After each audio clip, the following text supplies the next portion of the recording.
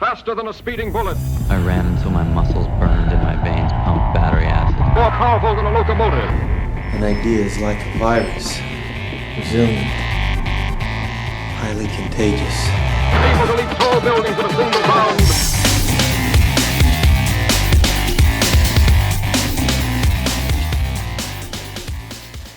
Hey guys, Jared Moon here, and welcome to the Better Humanology podcast. This week, we have Pat Barber. He's competed in the CrossFit Games 6 different times. He's had a very interesting journey from working for CrossFit to being a CrossFit Games competitor to being a very experienced coach. In fact, he's helped over 15,000 people get their CrossFit level 1 over the last several years. Very impressive dude. Great conversation we had. We cover everything from training, coaching, to being a father. So check this one out and hear his best advice he has on becoming a better human. All right, Pat, man, welcome to the Better Humanology podcast. Super pumped to have you here today. Yeah, pumped to be here.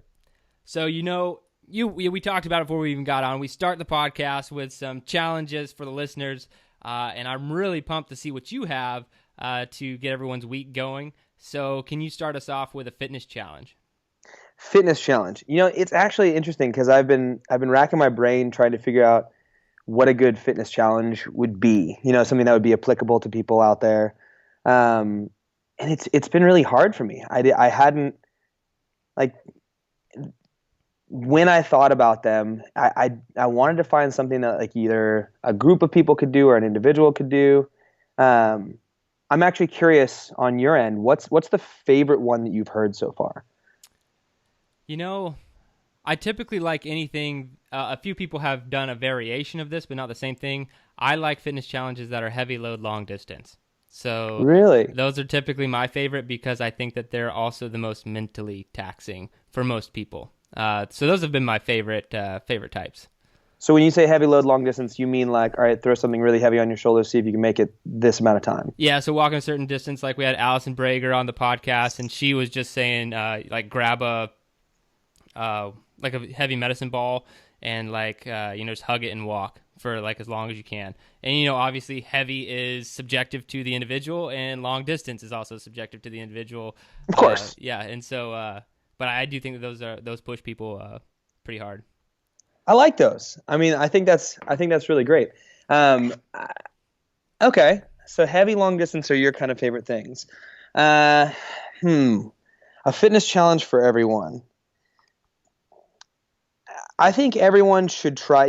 Pat Sherwood's linchpin programming. You've seen that? Yes, I have. I'm just going to go with a basic. Like, if you haven't done one of the one of the workouts that's like the Monster Mash workouts. Okay. I don't have any in particular, but the way they set those up, where it's kind of 4 back-to-back workouts with different stimuli across each with a different intention, that usually start with some kind of short interval rowing type stuff, then branch into something a little bit more mid-range, and then finish off with a even shorter workout with 4 minutes of rest in between. Those style of workouts create an interesting mental test if you hit the first set of that as hard as you possibly can. So my suggestion is for a fitness challenge is create a 3-part workout with 4 minutes rest in between, similar to a Monster Mash, and then go all out on the first section of it and see what your survival and push is like for the next 2. I think that's a spectacular fitness challenge. Yeah, it sounds pretty brutal and like a really, really good test.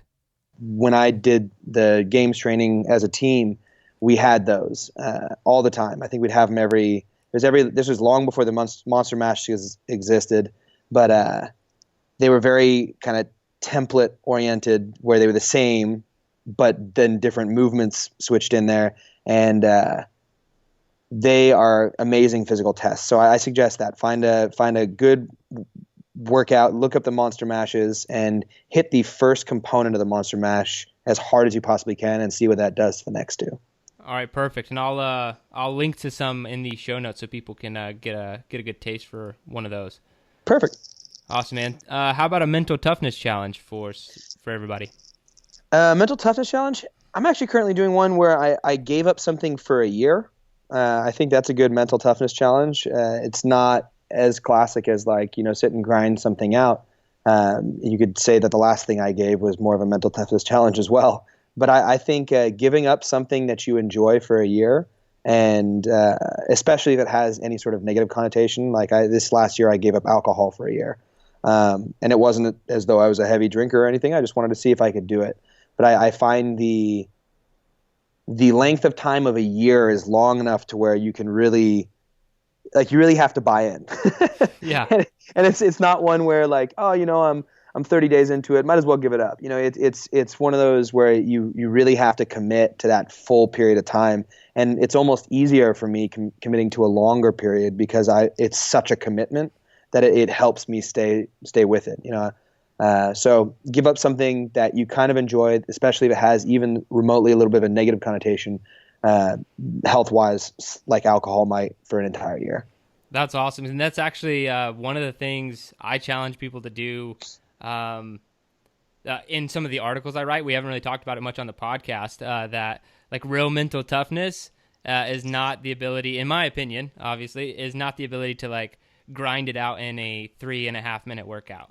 Right. I really feel like if you can pick and stick to something or give something up for a year or longer, that's like an entirely different grind that's going to better serve you in life. So I love that mental toughness challenge, man. I'm really on board with that one.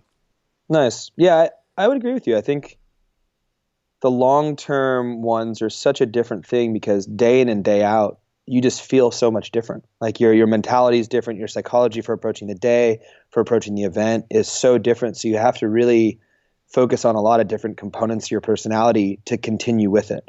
You can't just be like, oh, I'm feeling it, I'm going to go hard. Right. It's got to be one of those things where every single day you're like, okay, I'm going to approach this situation where I really want a beer and everybody else around me is drinking a beer, and I'm going to have to figure out a way to connect with myself to where I can say no and to where I can avoid doing this. And, there's weird coping mechanisms you start to find in yourself. You'll be like, oh, well, I'm limiting myself on alcohol, so I'm going to eat a bunch of sugar today, or I haven't drank a soda in 10 years. Give me a soda, and you start to realize that your body, like you psychologically want to make these compromises, and it allows you to reflect on yourself a little bit more than you might in like a shorter term challenge. All right, man. How about a book recommendation?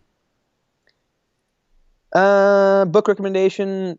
I'm sure you've had it on here before, but The Power of Habit. I don't think we have. You haven't?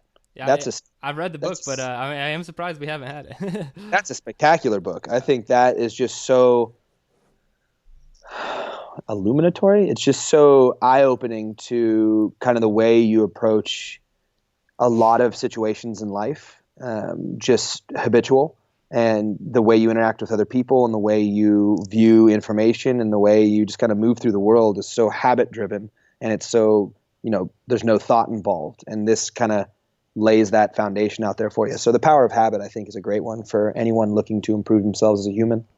And are you pretty big on habits, like building habits and trying to be the habitual person? You know what I mean? Like routines and all of that.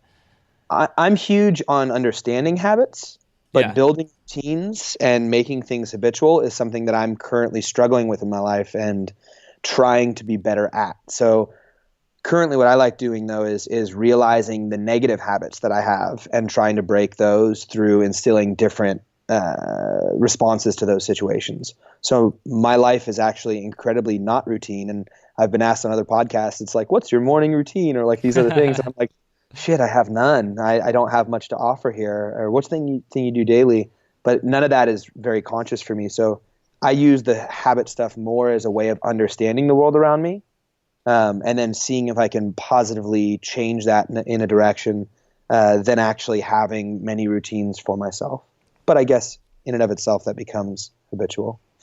Yeah, I think where you're at in your journey is a great place to, because most people don't ever find the negative, or they don't realize it. You said becoming aware. I think most people, they might not realize that they have a habit. Like if I were to ask someone, hey, do you have any habits? Most people jump to, do you have any like good habits? Are you routine? And the answer might be no. But it's like, well, you probably have like 20 or 30 bad habits you aren't even aware of that you might need to break or whatever. So that's great awareness exercise too.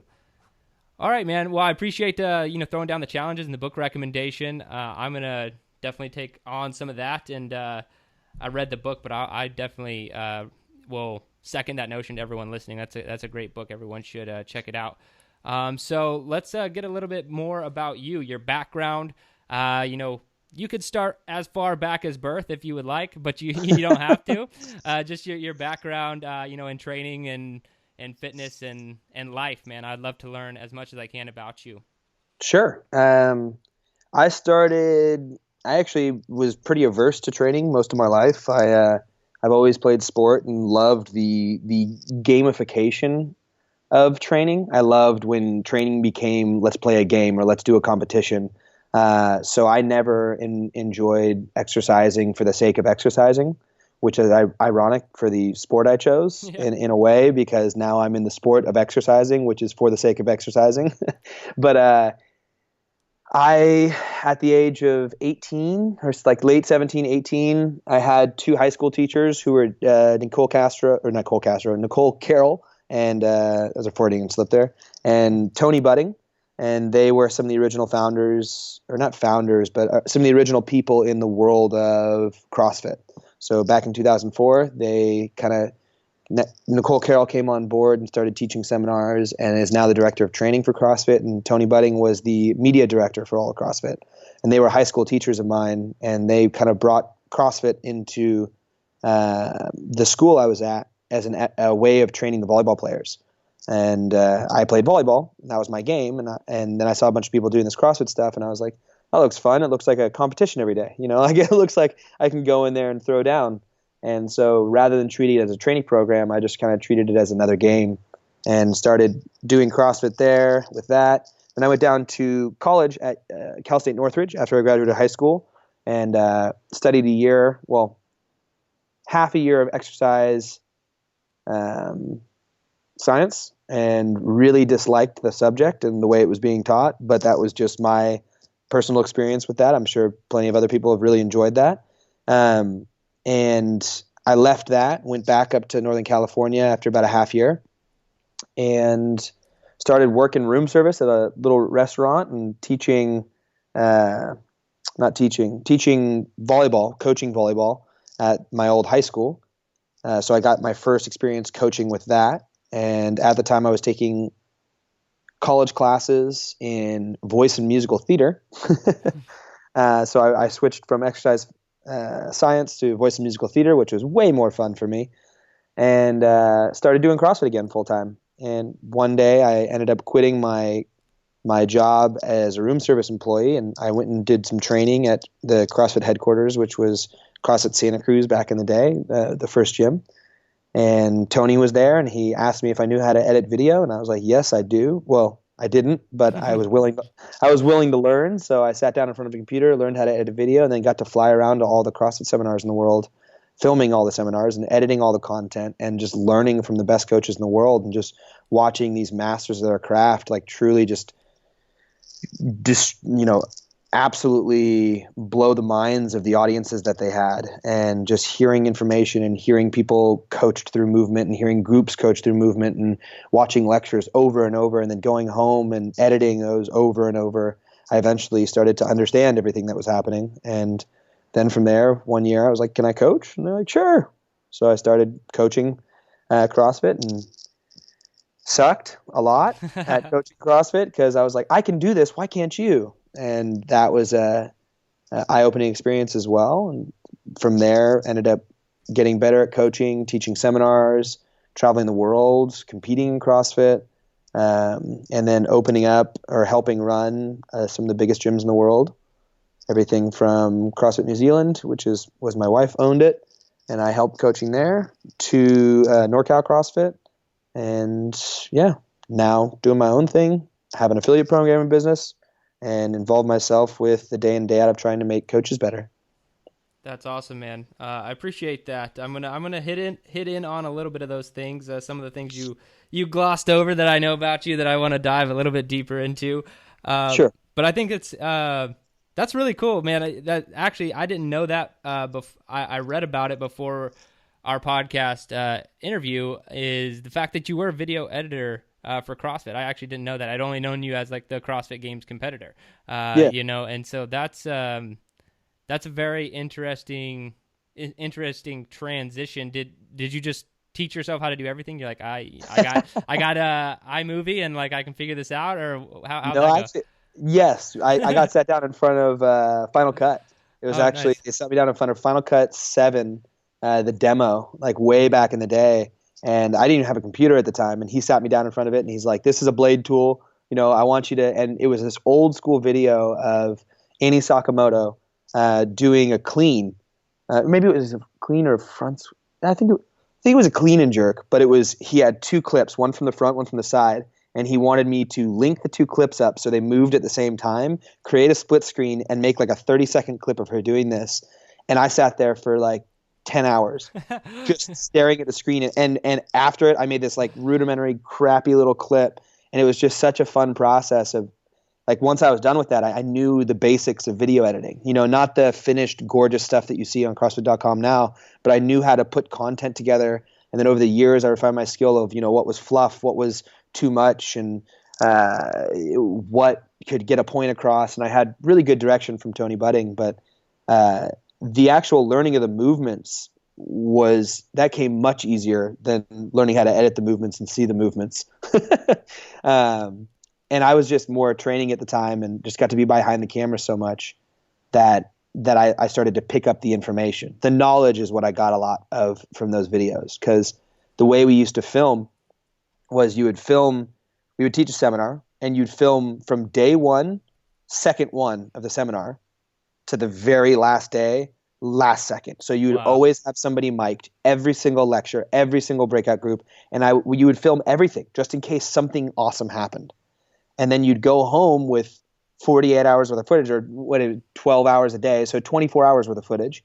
And you'd have to sift through that 24 hours of footage and find something cool, and then edit that down, and then that down, and then that down. So it was this process of seeing the same stuff over and over and over again, and it forced it into my head. And I'm not the greatest scholastic learner, but that method of like constant repetition through video and hearing it really built it into me on a very fundamental level. So I think my understanding of what we're trying to do in the CrossFit space has been good because of that continued exposure in a very unique way for a long time. Yeah, and you're what is it, CrossFit level 4? Is that? I am. Yes. Yeah. Can you just talk about that process a little bit? I think that's it's really cool, the new levels that CrossFit has introduced over, I feel like it's really the last year or 2 years that they've kind of extended that out. And I don't think that there are very many CrossFit level 4 coaches, are there? I think there's like 50 or something like that. Yeah. There's like 30 to 50, so right around there. Basically there's the CrossFit level 1, which is like your introductory into the basics and understanding of the definition of CrossFit, the definition of fitness. And it's more just an introduction to our world, why we do what we do, some of the methodology for doing it. And, here's, if you have any questions, the reasons behind it all, and that seminar is like drinking from a fire hose. Like you get water in your mouth, but there's a lot that you're missing. So that level 1 is a great seminar, and that's kind of the first step into the world. Then there's the level 2, which is suggested you do down the road after you've been coaching for a bit, which is more of an evaluation of your coaching ability as it currently stands. And I think it's honestly one of the most valuable seminars that CrossFit offers, because you get 3 or 4 or 2 to 4 really top level coaches watching small groups of coaches in a contrived setting, but still in a setting where they can get a sense of what your performance is like on the floor. It doesn't so matter as much what what you have, memorized or whatever it may be, but it's how you interact with people.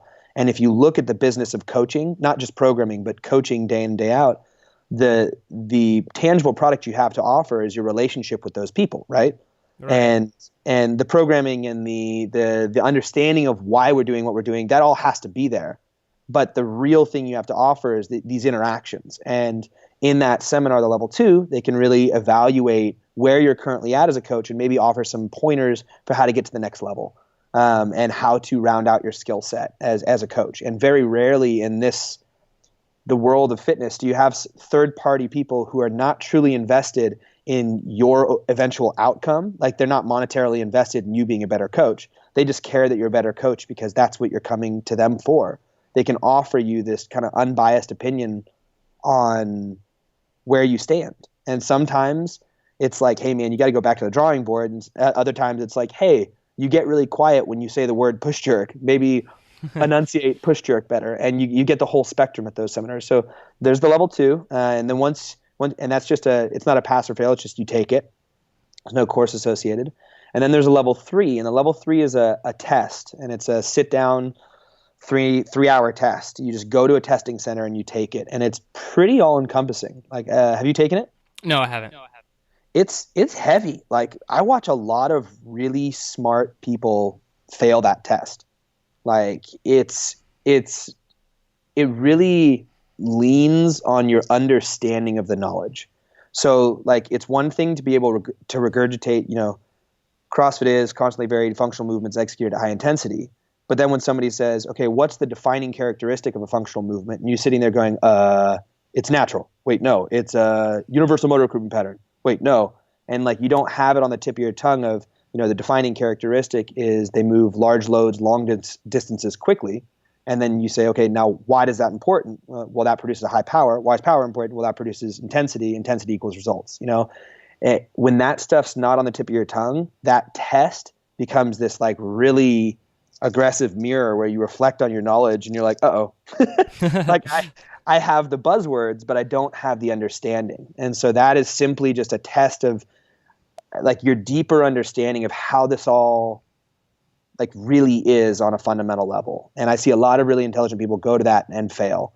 So just make sure that if you guys are out there and want to take that test, you really study up and you really internalize everything and you really try to give lectures on it to your kids. See if you can explain this information to your kids in a way that they can understand it, because that means you have it down pat.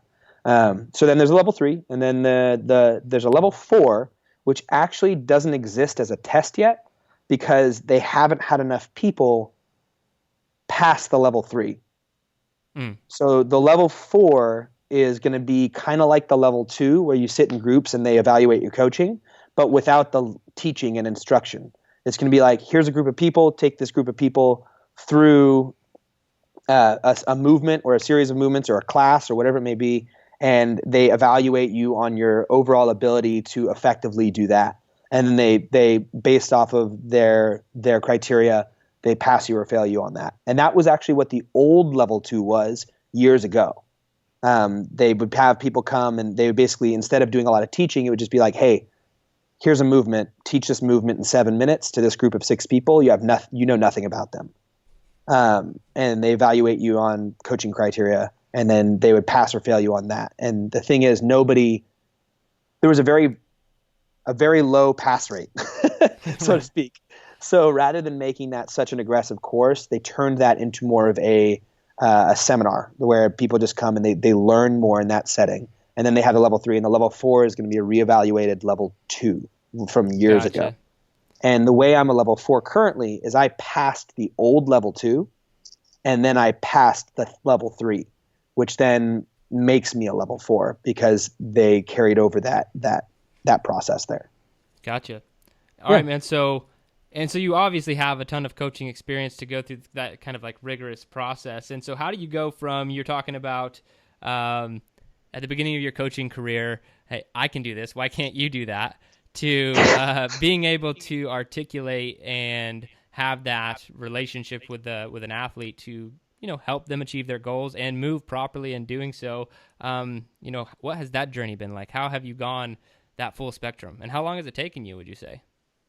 It's taken me 10 years. Yeah, right? It's taken me 10 years, and it's that same thing with like, anytime you first learn something, you think you're awesome at it, and you kind of like, through ignorance alone, like ignorance to your own deficiencies, are able to kind of plug through and have marginal results. And then you have that middle ground where you're like, you think you learn even more, and you're like, oh my God, what was I thinking? But now I know it all. And then now I'm on the other side of it where I'm like, man, that middle ground was probably my worst period of time because I was so rigid in my mentality and I didn't know anything, like in the beginning, at least I was slightly open because I was like, well, I'm new to this. I probably don't know much. So I'm slightly open to learning. In that middle ground, I had that really rigid mind of like, I got it figured out. Like, listen to me. And then now I'm on the other side of it being like, well, I don't know anything. But at the same time, I know what I've seen work a bunch of times, and I'm going to try to help you out. And if I don't know the answer, I'm going to research it and figure it out. And I think the process that I would hope people would learn from, I hope I can shorten for other people, is that when you start, know that you know nothing. Like, you really just know that, like, you know the very basics, and that's okay. Like, you're allowed to make mistakes. But what I want you to go out there as a coach and do is pay attention to the response from whatever you do, whether it's a programming thing where you're looking at training protocol, or whether it's the words that are literally coming out of your mouth as a cue for an athlete. You just have to really pay attention to the response from the athlete, whether it be their fitness or their overall emotional vibe that they give back to you. And the more you can be aware of how your actions impact the athlete in front of you, the quicker that road to higher levels of proficiency will be, because you will then see what doesn't work for certain people and see what does work and try that again, but still be willing to do something different every single time you're exposed to a new athlete or even the same athlete to try to achieve an even better response. So the process is try stuff out, pay attention, learn from it, try new stuff out, take the stuff that works, keep it, take the stuff that doesn't, keep it in the back of your mind to maybe bring out a time for a different athlete. And then constantly do that over the years and always expose yourself to new people, new ways of coaching, new methodologies, and see what makes the most sense to you. And how do you think that people bridge that gap? You're talking about, test it and see what the response is from the athlete. Maybe that's immediate feedback, or maybe that is a programming, like you said, more protocol, like let's see where you're at 6 weeks, 12 weeks, a year, or something like that.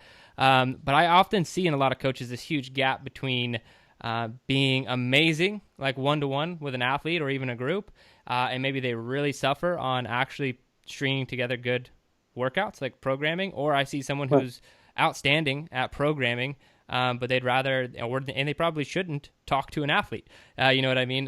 So what do you see? How do you see someone closing that gap and being able to manage both? Because I feel like they are very different worlds. Totally different worlds. I mean, they're completely different worlds. There's very few coaches who can excel in both planning out a really effective program and making someone do and improve upon daily workouts within that effective program. And paying attention to the response and data and numbers is huge, right? So if you're looking at it from the side of, hey, I'm really good with people, but when I try to do this program, it's actually almost a little easier because you can pay attention to the numbers. Like, you make sure you collect as much data as possible. If numbers are heading the wrong direction, then you're screwing up and you need to reevaluate. Right. And so like that's relatively straightforward. It's like, okay, we're going to give it 3 months. We're going to look at consistency. We're going to look at numbers. We're going to look at external life factors, and we're going to go back and be like, well, this isn't working. And you're going to then change, I think it's almost harder to do the other way, which is somebody who understands the progressions in programming and the overarching how to manipulate the general masses when it comes to programming, and getting them to be better in person. I think that's the real tricky one. The people who don't have that natural gift to relate to people. And I think how I start to bridge that gap with those people is make them aware of emotional intelligence. And I'm sure you guys have talked about on this podcast that before, or you yourself have looked into it, but emotional intelligence, EQ or what is it? EQ. There's another term they have for it. Anyway, EQ, emotional quotient. And basically this subtlety of human emotion and paying attention to the responses of people.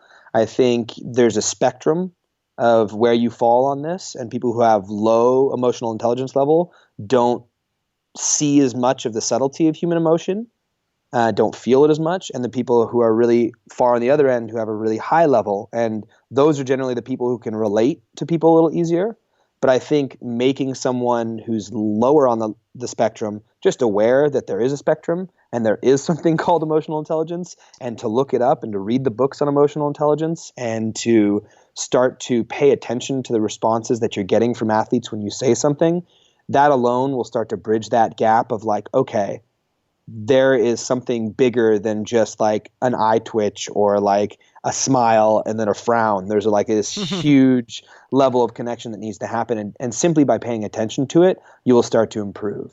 And then if in addition to that, once you're aware of it, start finding people who other people naturally gravitate towards and start to see if you can start to pick up on that emotional intelligence that they have, how they manipulate their conversations, how they change their words from person to person or change their demeanor from person to person, to see if you can kind of emulate that. And I would say that's one way to start to bridge the gap for that person. And for me, that's a much harder gap to bridge than looking at numbers and just changing. Yeah, because I'd say programming is like way more intellectual, and I think most people have the ability to learn that. But like you're talking about that emotional intelligence, that can have a lot to do with your upbringing and like Totally. how you handle your relationships day to day. So that one is a lot harder to build if you don't have it already. I agree, and but I thank you for that answer. I think learning how to bridge that gap, if you're heavy on the programming side, not so good on the coaching side, is at least start becoming aware and practicing, your emotional intelligence or finding out where you're at. I know there's some online quizzes for that and stuff that you could take and find out if you're a stone wall or a teddy bear, so maybe people can go check that out. I also think too, just real quickly, that if you don't have that programming acumen, you don't necessarily need to be an effective coach. You should understand it, but if that's not the way your brain works, have somebody else who is good at that do the programming for your athletes, and then you go and dish that out. You go and you make that happen, and just know how to answer the questions and understand the concepts behind it rather than the nuance of it. Because I think there is if you're strong at the front end of it, find somebody who's great at the back end, and you'll be that much more that much a better team. And I say that because I am much better at the front end than I am at sitting down and looking at a spreadsheet and being like, okay, like that takes so much brain power for me that it's not what I love to do, and it drains me more than it is effective. And I know people like you love it. I've seen your stuff. Like, you geek out on that. So you find a guy like you who geeks out on that and loves it. And then someone not necessarily not like you, but someone like me who can dish it out well. You put those two people together and you have a really effective team for changing people's lives. And it'd be cool to have it all in one person, but it also works by having teams. Yeah, and I think, part of the reason for asking is probably selfish more than anything else, is because I do love programming and all aspects of that. But when I was kind of building my coaching team for all the stuff that we're doing at Into 3 Fitness, I got a coach who's way better at with people than I am, and then we're bringing another guy on who's kind of like a movement specialist, because I'm a lot weaker in those areas, and as opposed to trying to become the best in all those areas, I am trying to supplement that with people who fill my weaknesses. I wanted to get your take on that. Yeah. All right, man. Cool. I'm going to switch gears on you here for a second. This is what we call the book question, and so say there's a nationwide curriculum implemented. The president calls you up. He says you're responsible for one chapter of the book. So every single child in America will have to read your chapter and be tested on and pass before they can graduate high school. What would your chapter be about? Okay. So I'm going to kind of cheat on this one. Okay. So I'm going to make my chapter be called Life Skills. All right. And in the Life Skills chapter, they have one on parenting and being a good role model, which has a whole subchapter on self-reflection and realizing your own flaws, so that you and recognizing them, so that you then don't build them into your kids again, and then realizing your positive side, so you can then intentionally build that into your kids. In that life skills one, there's also going to be one on taxes, all right, and how to do them and what they are, loans. So we're going to go talking about how to manage home loans and car loans and just how money management works. And then I think we should all have a really heavy one in that life skills one on basic concepts of food. Just like understanding that, like, hey, this is how the human body on a basic fundamental level works. This is insulin. This is glucagon. This is what happens when we eat. Now, if you understanding this want to go out and drink a Coca-Cola, that's on you. You do whatever the hell you want, but you need to understand it. So that way you can't blame anyone when you end up down the road messed up. So that would be my chapter. So I apologize for cheating and turning it into 3 sub-chapters, but that's my chapter, the life skills chapter that's currently not really taught to people. All right, man. And I'd like to know a little bit more about why. Are you seeing a deficiency, maybe friends, people you hang out with, or maybe, I mean, you've like coached literally 15,000 people or something like that, right, over the years, traveling around the world. Do you see people stronger in like their areas and weaker in just general life skills? Is that why you'd recommend this chapter in the book? Yeah, I think I see people really lacking in certain components of their lives. They'll like, one thing that really hurts my feelings, or not hurts my feelings, but hurts me inside, is when I see parents who aren't raising their kids. Parents who don't understand that the role they stepped into when they had a kid, because the kid didn't have a choice to be born. That you had a choice to go out and have sex, or maybe you didn't, but at the same time, you now have a kid, and you have to shift your responsibilities to where you can make this next generation awesome. And I think a lot of people don't reflect on how to do that. And I think a lot of the skills that I mentioned are things that I didn't get necessarily growing up. I mean, I got tons of love, but I didn't learn how to manage money, which then left me in some weird debt situations. I didn't learn how to, I wasn't explicitly told this is how you reflect on yourself and do all these and improve upon X, Y, and Z. That was something that I found to be really helpful when I had a kid. I was like, oh, now that I have a kid, this is holding this little mirror up. So I see a lot of people who haven't taken the time to intentionally build a next generation that's awesome. And I think that's really lacking, and it really breaks my heart to see people who are put into the world with less of an opportunity because their parents weren't reflective enough and didn't focus enough on raising them. So that's just my personal thing with that. And you have, is it one kid or do you have more than one kid? I have 2. 2 kids. And I don't pretend to know it all by any means. No. I think it's a constant process. It's just, I have 2 kids. I have a 4.5-year-old and a 1.5-year-old, and it's awesome. I love it. And I am also very biased here because I love the fact that I'm a father. No, that's awesome, man. So very similar ages for my kids. I have 2 boys. What are yours?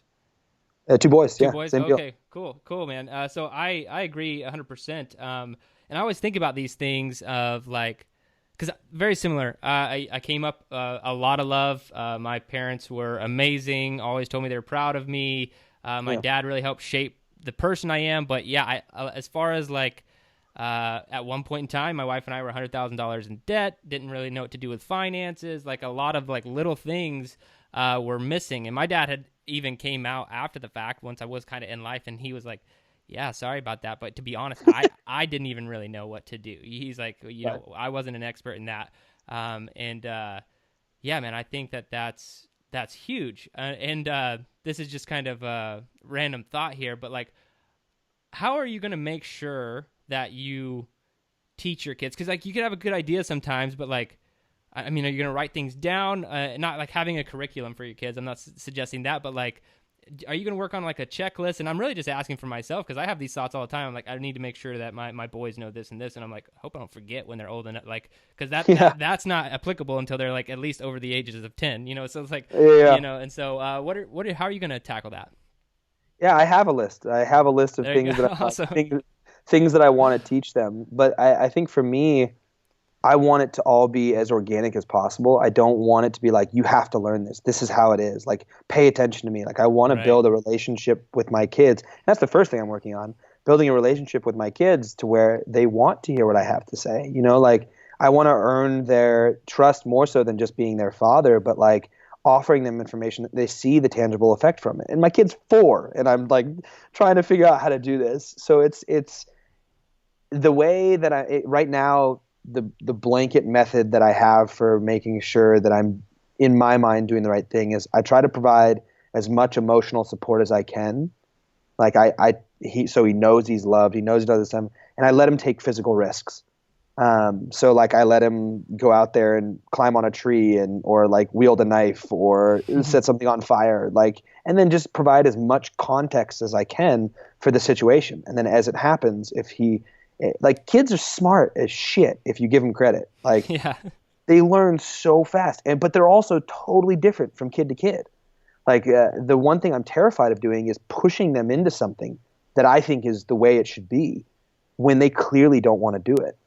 And so surfing, for instance, my kid, I really want him to surf. I really want him to surf, but I don't want to force him to surf. I don't want to be but so we'll go to the beach, and we've been doing it since he was 1. And I'll be like, hey, you want to get on the board? And he'd be like, no. Want to get on the board? No. And there's no pushing. I just, let it happen. And then one day he's like, hey, let's go surfing. I'm like, awesome. And he goes out, it's 5 minutes. And I could get frustrated that we were in the water for 5 minutes and we got wetsuited up and all that stuff, but I'm just pumped he's surfing. Then I come back in, and it's just it's a constant process of building context for my kids and not pushing them into stuff, but providing opportunity, and then trying not to be angry when stuff doesn't go right, And to answer your actual question, yes, I have a list. There's things that I want to teach them later in life, and that list keeps growing, keeps shrinking. And even now, the more complex stuff, I say it. I drop hints with it. I let them know it. I will be reading through Star Wars, and something will pop up, and it'll be like, hey, who shot first, Han or Greedo? And he'll be like, Han shot first, because I've told him Han shot first, obviously, in Star Wars. And he'll be like, well, no, I think Greedo shot first. I'll be like, no, actually Han shot first. And he's like, why? And I'm like, well, in the context of the story, when Han shoots first, in this point in the story, it shows that he's not necessarily a good guy. He's on his own terms, and he does his own thing. So he's kind of a bad guy, and his morals are skewed. And it provides a really powerful transition for later in the story, when he then comes back and saves everyone, because he's made this moral switch to becoming a truly good guy and putting someone over self. Whereas this Han shot first thing versus Greedo shot first, and this is nerdy Star Wars baloney, and it's a much larger picture, but I say it to him. And if it sticks, it sticks. And if it doesn't, then I'll say it again when he's 10, Right. And I just treat him like he's an adult, and if he doesn't get it, he doesn't get it. Whereas I listen to my mom talk to him, and I'll say something like that. My mom will be like, he doesn't know what you're saying. And I'll be like, who cares if he knows what I'm saying? I'm interacting with my kid, and I'm providing just a relationship with him where I trust him to get this information. So it's interesting, man. I love the whole game of raising a kid. Yeah, dude, I think that we're very similar in that respect. Is like my 4-year-old, soon to be 5, he'll ask a question why, and I'll just go maybe a little bit too deep on the why, but and my wife she's like, maybe I get what you're doing, but maybe just try and dumb it down a little bit to where he actually understands, because he'll just be like, yeah, that sounds good, all right, I got it. Okay, well, maybe you understand, maybe you don't. All right, man. Well, I want to make sure I ask you about the CrossFit Games, because that's something we haven't talked about at all. So you competed in the CrossFit Games 6 times? I competed 2008, 9, 10, 11, 14, 15. Yes, 6 times. Okay, awesome. And, the main thing I like to know, experiential, what was your best, highest moment as a CrossFit Games competitor? As a CrossFit Games competitor, it's pretty clear for me my highest moment was 2011 in Carson. There was a workout that was a trip. It was 3 of the same workout. So you had a 3-minute AMRAP of movements, then you had a rest, then you had a 6-minute AMRAP, and then you had until you finished. So it was a chipper. And do you remember this event? Yes, I do. So it was it started with rowing. So it was row, some calories, 30 calories. And then it was wall ball, then toes to bar, then box jumps, then I think it was sumo deadlift high pull, then push press, then it finished with the sled pull. And so in 3 minutes, you can't get that far through. It was 30 or 40 of each one of these reps. And in 6 minutes, you can get a little bit further. But then when they open it up in the final one, you can make it all the way through. So it was scored as 3 separate events. And people either loved me or hated me for what I did here. But I saw those 3 events, and I saw the first 2 movements, which were rowing and wall ball. And I didn't, in my head, piece it together that like rowing and wall ball were just big guy events. So what I did is I was like, okay, we've got 3 separate workouts here, and I know myself as an athlete. There's only 12 competitors left in the game. So no matter what, the lowest place you can get is 12th, which is not that many points difference from 5th or 6th. And so what I did is I was like, I'm going to hit the first one super hard, 3 minutes all out. Then I'm going to rest the entire second one. I'm just going to rest, and I'm going to take the 12th place.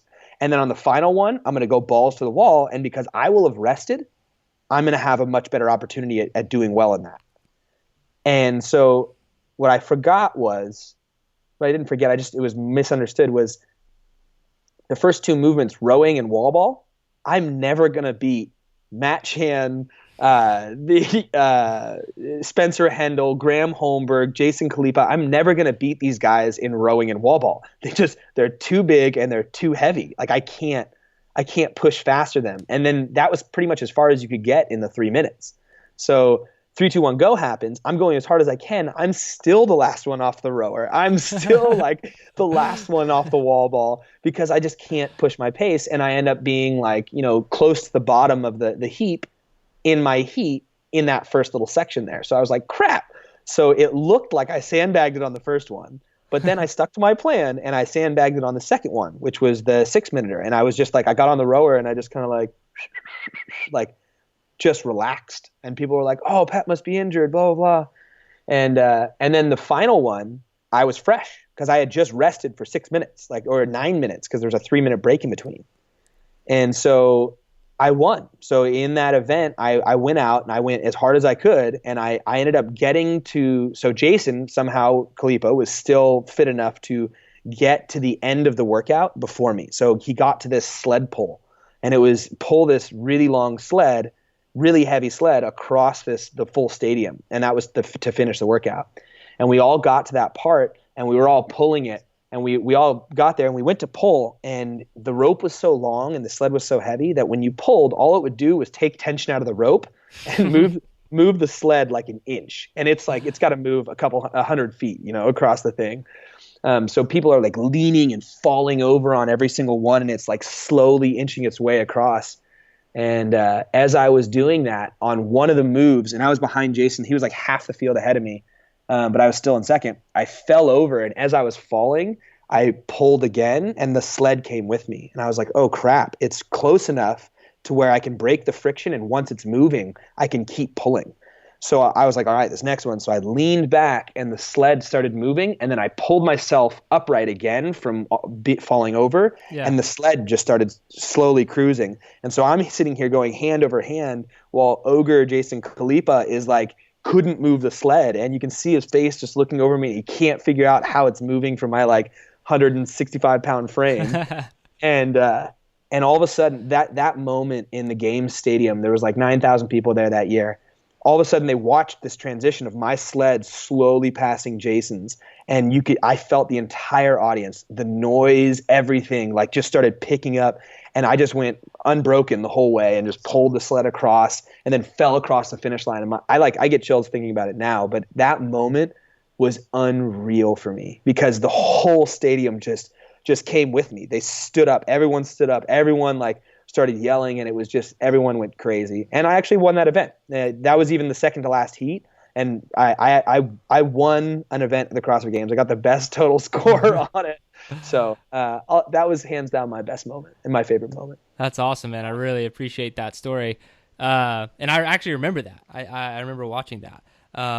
So I want to ask you now, because you competed a lot, and I could ask a million different questions about your training and sure, all this other stuff. But what I really want to know is 6 years of competing at that level is you learn a lot. You probably learn more about yourself than you do anything else.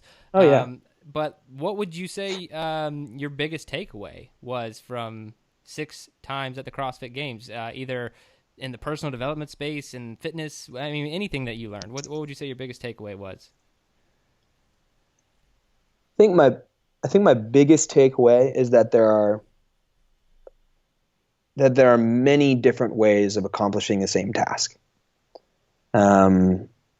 Whether it be competing at the CrossFit Games, or whether it be programming, or whether it be a snatch, or whether it be a rope climb, there are just so many correct ways, so to speak, of accomplishing a task. And that goes for mentality, that goes for diet, that goes for everything. And I think my biggest takeaway from my entire fitness industry experience is that there really are many, many ways of doing things. And the second that you kind of pigeonhole it into this is the only way, you're just closing yourself off to a giant world of opportunity and potentially much more positive, much more effective ways of doing the exact same thing. So I think that's my biggest takeaway from all my time competing or training or doing all this stuff in this.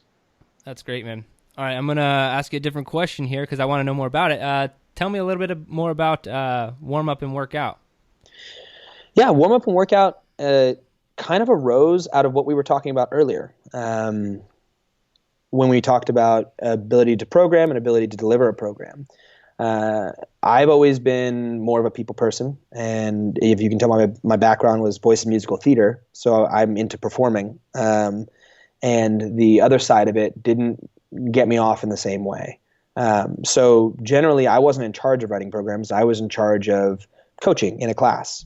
But in a class, if you look at a CrossFit class, there's a workout, and then the workouts are what, 5 to 20 minutes long, sometimes 30. That still leaves you with 55 to 30 to 55 minutes worth of other time that you need to fill. And generally that time is filled with a warm up, or filled with skill work, or filled with a strength component, or whatever it may be. And as a coach in the beginning days, you get given a workout. Here's the workout. You're going to go do it. And you create your own little session around that.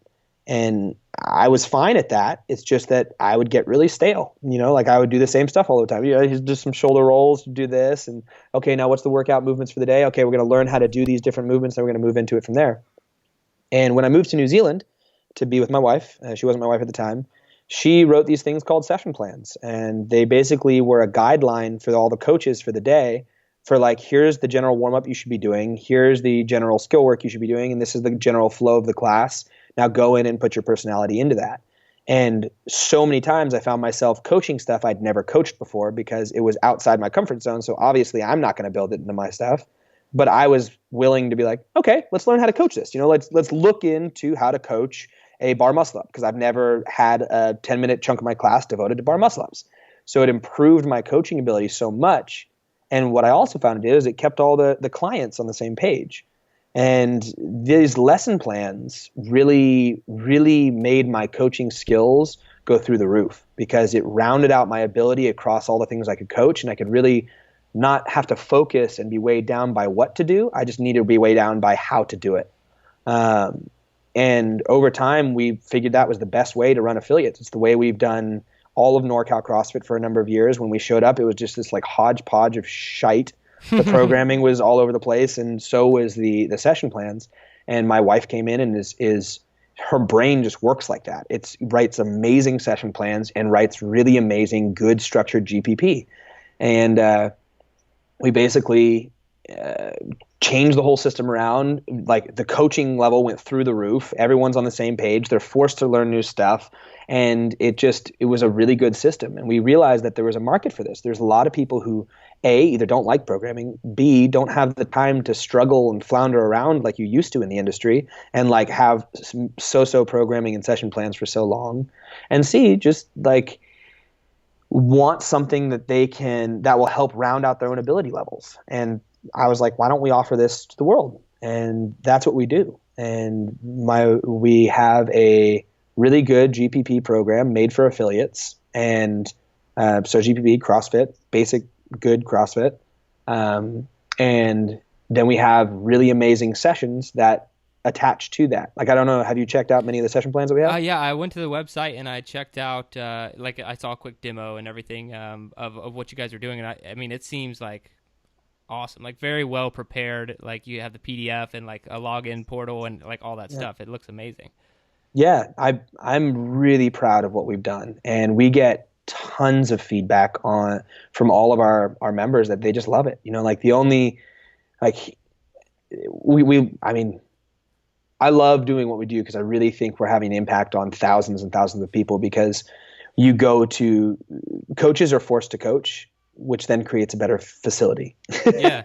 And you see so often these days where coaches will write some shit off the board and walk away. And it's like, this stuff doesn't work that way. Like you got to put in the time, you got to build relationships, and at gyms, like we said before, what you have to offer people is not your programming. You can get programming for free online everywhere. You can find great programming. You can find programming from your gym at your blog every day. It's like you can get that. So like when you're in a CrossFit facility, not as a competitor, not as an individual, not as a home gym guy, what you're selling at a gym is your community and your coaching. Like that's what you're selling. And if people wanted your program, they just go to your website. So you need to figure out the best way to support your coaches to build that community, because the coaches are that responsibility there. So what we're doing is trying to eliminate a process in the coach's brain so that they can focus wholeheartedly on delivering that product and building the best possible service at your facility. I think that's awesome, and you're definitely fulfilling a need in the market. I know over the years, I've gotten the request multiple times to program for different affiliates and stuff, and it's nothing. I've never felt comfortable doing it because I don't have the experience that you do as far as actually running CrossFit facilities and putting session plans together. I could write some programming, but how that works with 30 different people in a group setting when you have this many barbells and what the warm up should be and all that stuff. That's outside of my lane. But man, I think that what you have put together is amazing. I'm glad to see it come online and from such a great guy. Thanks, man. I appreciate that. I wouldn't say I'm a great guy, but I mean, I appreciate the whole putting it out there. Yeah, man. All right, dude. So I'm going to hop to the quick fire questions of the show. Okay. What's the hardest workout you've ever done? Hardest workout I've ever done was the first time I ever did Fran. That taught me so much about myself. Yeah. I mean, there's so many hard workouts that we do, and you learn energy management and how you go through stuff. But the first time I ever did Fran was such an eye-opening experience. It was because I'd done CrossFit for a while, but I'd never truly committed to going that hard before. And my mentality was always like, oh, it's 21:59. I can get that done in 5 minutes or 2 minutes or whatever it may be. Yeah. So I was at the gym and I weighed like $150 at the time. And 95 pounds was not that light for me, but it was manageable. And pull-ups I could do all day. And this is at the original HQ, and I picked up the bar and it was like 3, 2, 1, go. I did the classic forget to breathe for the first 21 thrusters. Did all 21, dropped the bar, jumped up, smashed 21 pull-ups, dropped off the bar, turned around, picked up the bar. I did one thruster and then just looked forward, and I just felt everything inside me go. And I can still remember the feeling now of just oh no, what just happened? And I dropped the bar and I looked at my coach, who was Tony Budding at the time, and I said, there's something wrong with me. And I sat down and I was like, I can't move. There's something wrong with me. I'm in too much pain. My body's shutting down. Tony, help me. I can't move. And it was so eye-opening to see that type of failure. I'd never experienced that in my life as a very physical person. And then he's like, if you don't pick up the bar, I'm never going to coach you again. And I was like, okay. so I ended up finishing that workout. But the hurdle that I came over from doing that, and my first experience to that was the hardest thing I've ever done. It was hard. Yeah.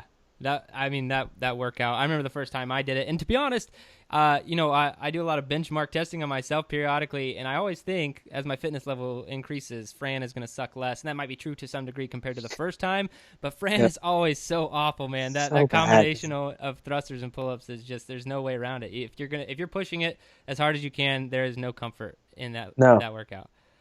All right, man. In your opinion, what's the best activity for building mental toughness? Self-reflection, I think, which is an interesting one to say as an activity, but the ability to reflect on situations and reflect on workouts and reflect on conversations and really see how you could potentially have done things differently and more positively and more effectively, and be open to it being different and being wrong.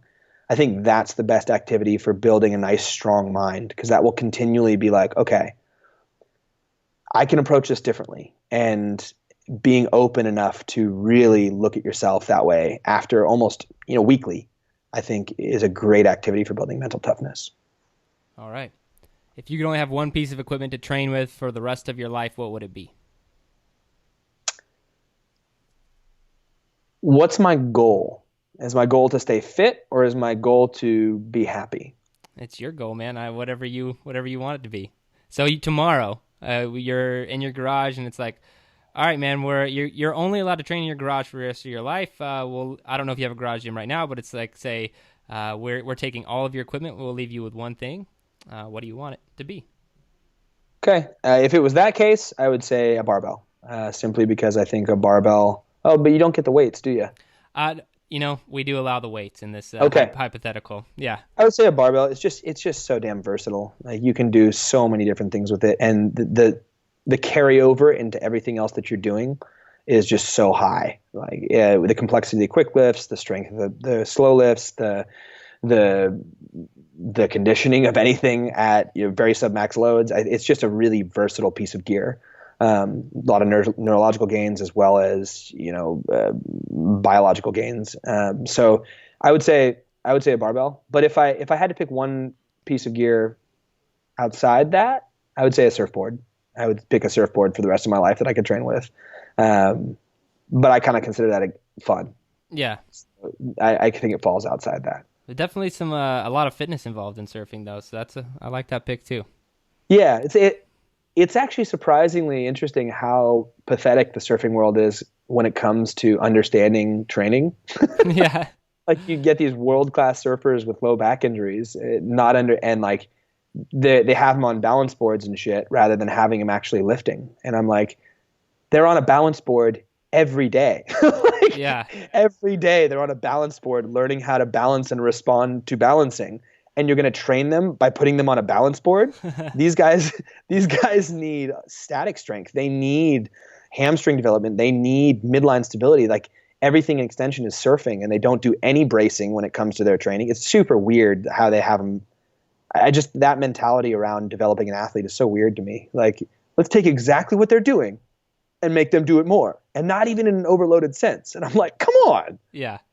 And to be honest, I think that's most, I don't know what sports out there that aren't like the more traditional, like baseball, football type sports, like all the other sports. I feel like that's very true, because I get that question at least 5 times per week from my website. Someone will be like, I do jujitsu. How's your strength training gonna affect that? And I'm like, it's probably gonna help it a lot. Yeah, a lot. Yeah. Like, it's just silly. Like, exactly. Like, you had a good strength program to something that someone's currently not doing.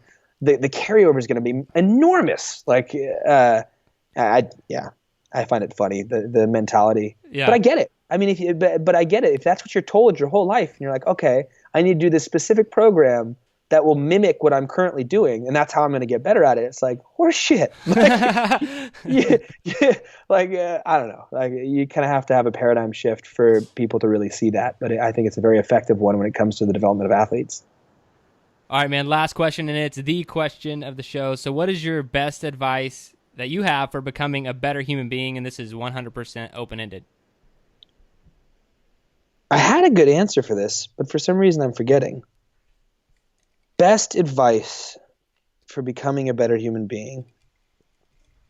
I'm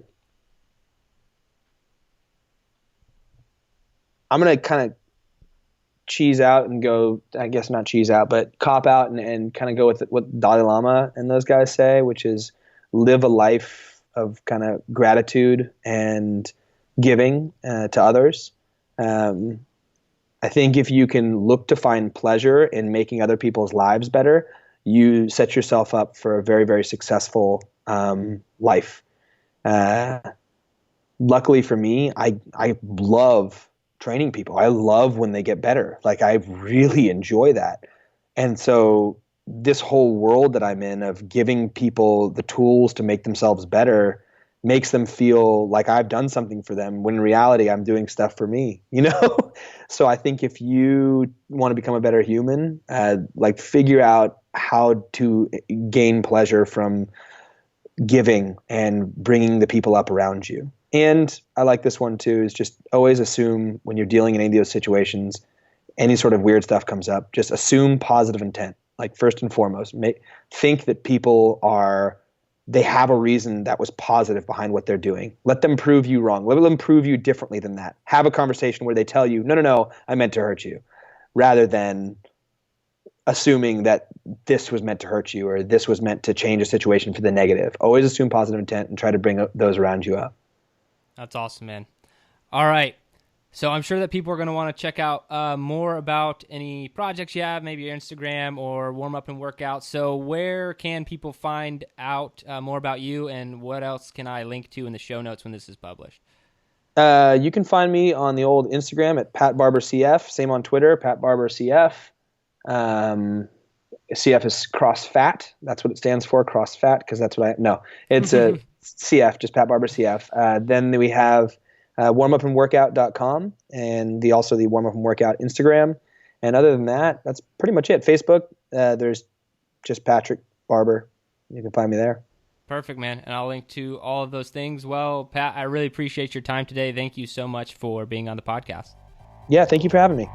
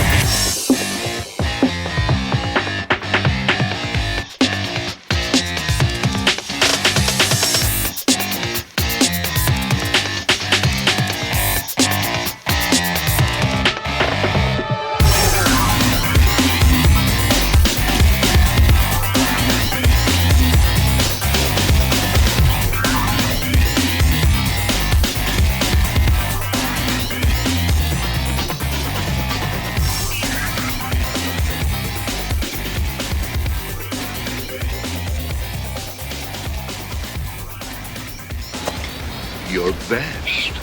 Losers always whine about their best.